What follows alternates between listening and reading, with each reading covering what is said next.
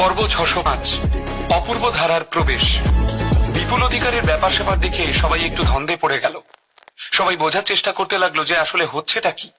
সবাই প্রথমে ভেবেছিল যে বিপুল অধিকারী এসে ঘাড় ধরে টানতে টানতে নীলকে এখান থেকে নিয়ে যাবে, কিন্তু বিপুল তো নীলকে অনুরোধ করছে। আর ঠিক এই বিষয়টাই মানুষের বুদ্ধির একেবারে বাইরে। তোমার কাঁধের কাছে সোনালী চিহ্নটাই বলে দিচ্ছে যে ওটা অর্জন করা তোমার জন্য সহজ ছিল না। তাই নিজের পদমর্যাদার সদ্ব্যবহার করা উচিত। বোকার মতো নিজের উজ্জ্বল ভবিষ্যৎটাকে নষ্ট করো না। এমনিতেও নিজের পরিশ্রমের ফসল কিছুটা হলেও তুমি নষ্ট করে ফেলেছ। নীলের কথা বলার ধরনটা কিন্তু জব্বর। বিপুল অধিকারীর তালে তাল মিলিয়ে তাকে উত্তর দিয়ে চলেছিল সে। নীলের কথা শুনে বিপুল মুহূর্তের জন্য স্থগিত হয়ে গেলেও শিগগিরই নিজের সম্বিত ফিরে পেল সে। সরি স্যার, আমি তো শুধুমাত্র নিজের কাজটুকুই করছি, একটু ইতস্তত করে বলল বিপুল। তার দিক থেকে দেখতে গেলে নীল যত শক্তিশালী হোক না কেন, সে একটা বাইরের ছেলে। একজন বাইরের ছেলে হয়ে নন্টে ফন্টে বা দাস পরিবারের ছেলের গায়ে সে হাত তোলে কি করে? সাথে সাথে বিপুল হাত নেড়ে নিজের দলের দুজনকে কাছে ডেকে নিল। তারা ভদ্রভাবেই নীলকে নিয়ে যেতে চাইল।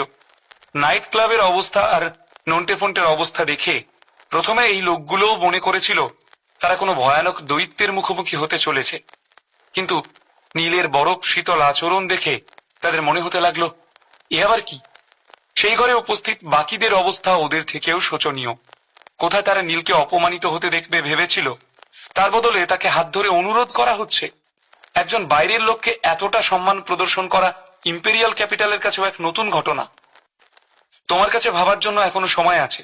এত কিছু দেখার আর আমার বোঝানোর পরেও তোমরা নিজেদের সিদ্ধান্ত পরিবর্তন করলে না।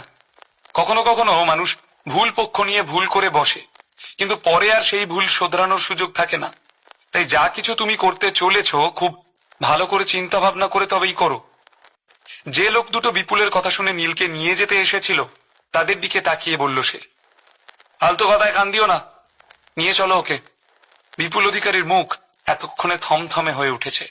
কড়া গলায় লোক দুটোকে আদেশ করলো সে। ঠিক সেই সময় দরজার বাইরে থেকে একটা তীক্ষ্ণ গলার আওয়াজ শোনা গেল। আমিও দেখতে চাই এত বড় সাহস কার আছে।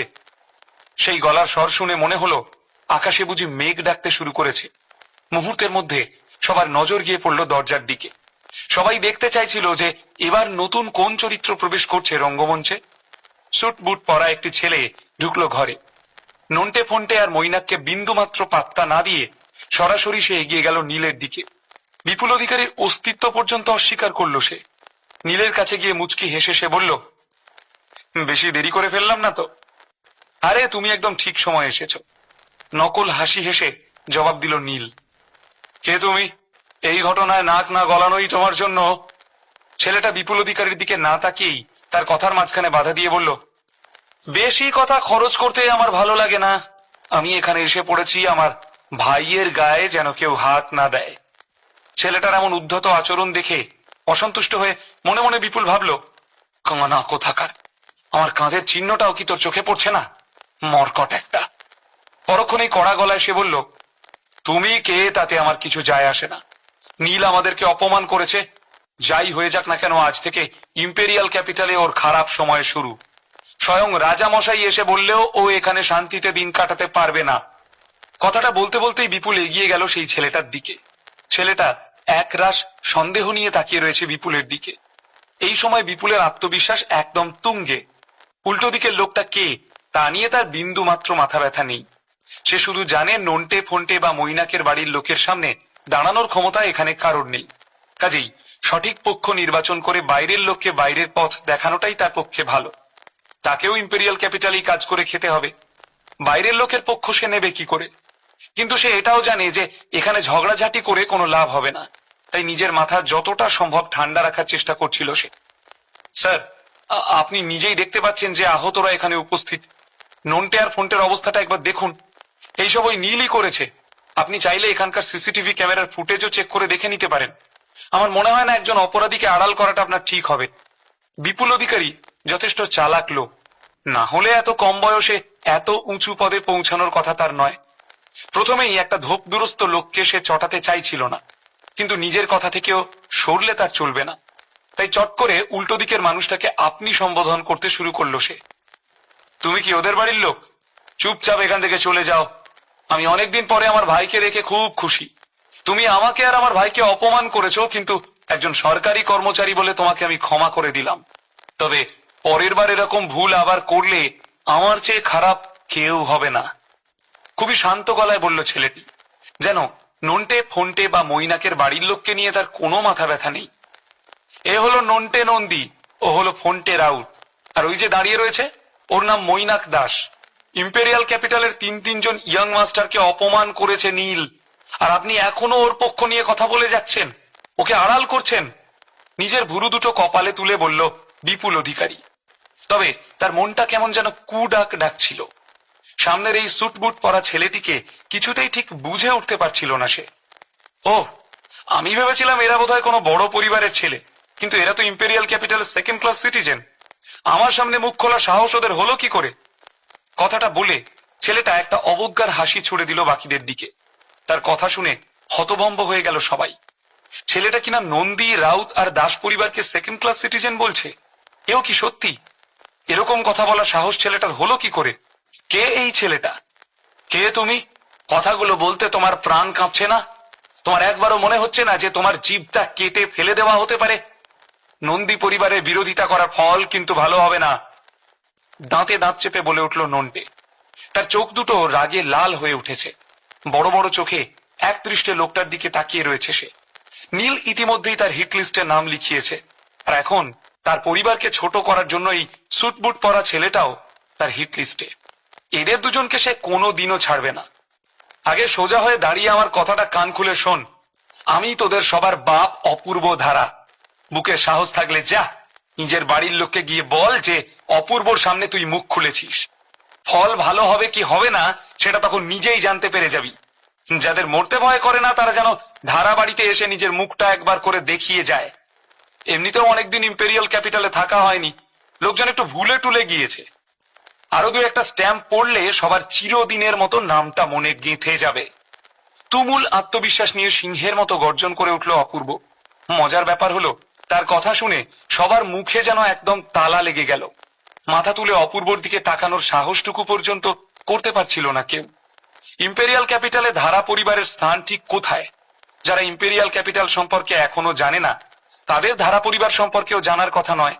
ইম্পেরিয়াল ক্যাপিটালে এমন কয়েকটা পরিবার আছে যাদের স্থান এতটাই উঁচু যে তাদেরকে উচ্চবিত্তের মধ্যেও ধরা হয় না। সেই রকমই একটা পরিবার হলো ধারা পরিবার। এই পরিবারের কথা সবাই কানে শুনলেও পরিবারের ইয়াং মাস্টারকে দেখার মতো সৌভাগ্য এখনো তাদের হয়নি।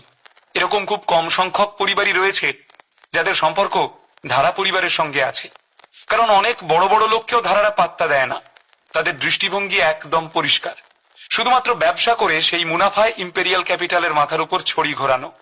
জায়গায় জায়গায় মুখ দেখিয়ে বেড়ানোর কোনো ইচ্ছা তাদের নেই। চোখের আড়ালে থেকেই তারা যে ঠিক কি করতে পারে ইম্পেরিয়াল ক্যাপিটালের বয়স্ক লোকেরা সে কথা খুব ভালো করেই জানেন। ধারারা যে খুব রহস্যময় একটা পরিবার তেমনটা একেবারেই নয়, কিন্তু তাদের অবস্থান এতটাই উঁচুতে যে উচ্চবিত্তরাও তাদের নাগাল পায় না। সেখানে মধ্যবিত্ত বা সাধারণ লোকেরা যে তাদেরকে চিনবে না সে কথা বলাই বাহুল্য। এই মুহূর্তে খুব কম লোকই মাথা ঠান্ডা রাখার মতন অবস্থায় ছিল। কয়েকজন বেশি বুদ্ধিমান তো আবার বুঝতেই পারছিল না যে তারা কি করবে। আপনি আপনি নিজেকে কি ভাবেনটা কি? বিপুলের মাথা এবার ঘুরতে শুরু করেছে। ধারা পরিবারের পরিচয় সে জানতো না বা তাদেরকে সে ভয় করতো না এমনটা নয়, কিন্তু সে কিছুতেই বিশ্বাস করে উঠতে পারছিল না যে অত বড় বাড়ির ইয়াং মাস্টার তার চোখের সামনে দাঁড়িয়ে। একরকম ভ্যাবাচাকা খেয়েই প্রশ্নটা করে ফেলেছিল বিপুল। আসলে অপূর্ব ছোটবেলাটা বিদেশেই কেটেছে। স্কুল কলেজ সবটা বিদেশে পার করার পর অবশেষে যখন সে ইম্পেরিয়াল ক্যাপিটালে পা রাখলো, কিন্তু থিতু হতে পারল না। কাজের প্রয়োজনে আজ ইম্পেরিয়াল ক্যাপিটালে তো কাল প্রোফাউন্ড রিয়েলেমে তো পরশু অন্য কোথাও। এদিক ওদিক যাতায়াত তার লেগেই থাকে। সেই কারণেই ইম্পেরিয়াল ক্যাপিটালের লোকেরা তার কথা খুব একটা শোনেনি। অপূর্বর জায়গায় এখানে রৌনক ধারা থাকলে পরিস্থিতি অন্যরকম হতো, কারণ ইম্পেরিয়াল ক্যাপিটালে তার মেজাজটাই আলাদা। এখানে সবাই তাকে রীতিমতো ভয় করে চলে। তবে যাই হোক না কেন, পদবিটাই তো আসল কথা। তাই অপূর্ব নিজের পরিচয় দিয়ে লোকেদের মুখ বন্ধ করে দিয়েছিল ঠিকই, কিন্তু লোকেরা কিছুতেই বিশ্বাস করতে পারছিল না যে সে আসলেই ধারা পরিবারের ছোট ছেলে, নাকি নীলকে সাহায্য করার জন্য সবাইকে বোকা বানাচ্ছে। কথাটা শুনতে খুব বিরক্তিকর হলেও কি আর করা যাবে। যা ভারে কাটে তাই তো ধারে কাটে। নীল প্রোফাউন্ড রিয়েলেমের একটা সামান্য শহর কলকাতা থেকে এসেছে। ইম্পেরিয়াল ক্যাপিটালে কেউই প্রায় তাকে চেনে না।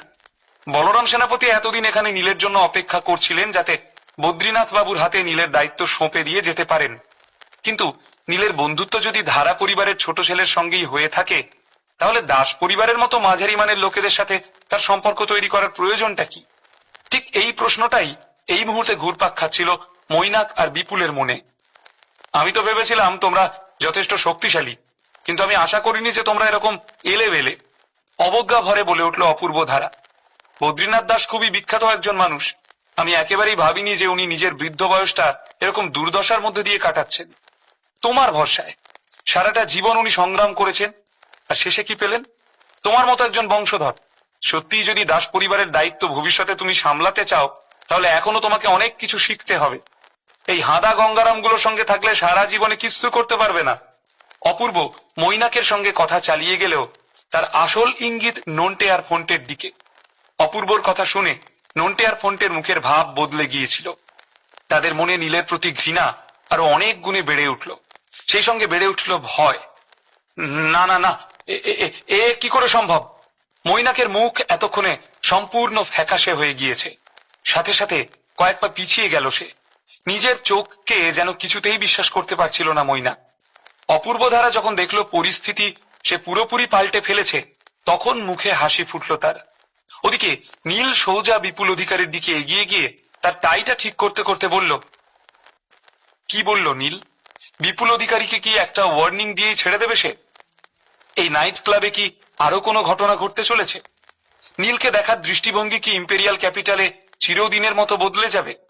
নীল আর অপূর্বর বন্ধুত্ব কি হয়ে উঠবে তার আর কুণালের মতো? নাকি অপূর্বকে পিছন থেকে ছুরি মারবে নীল?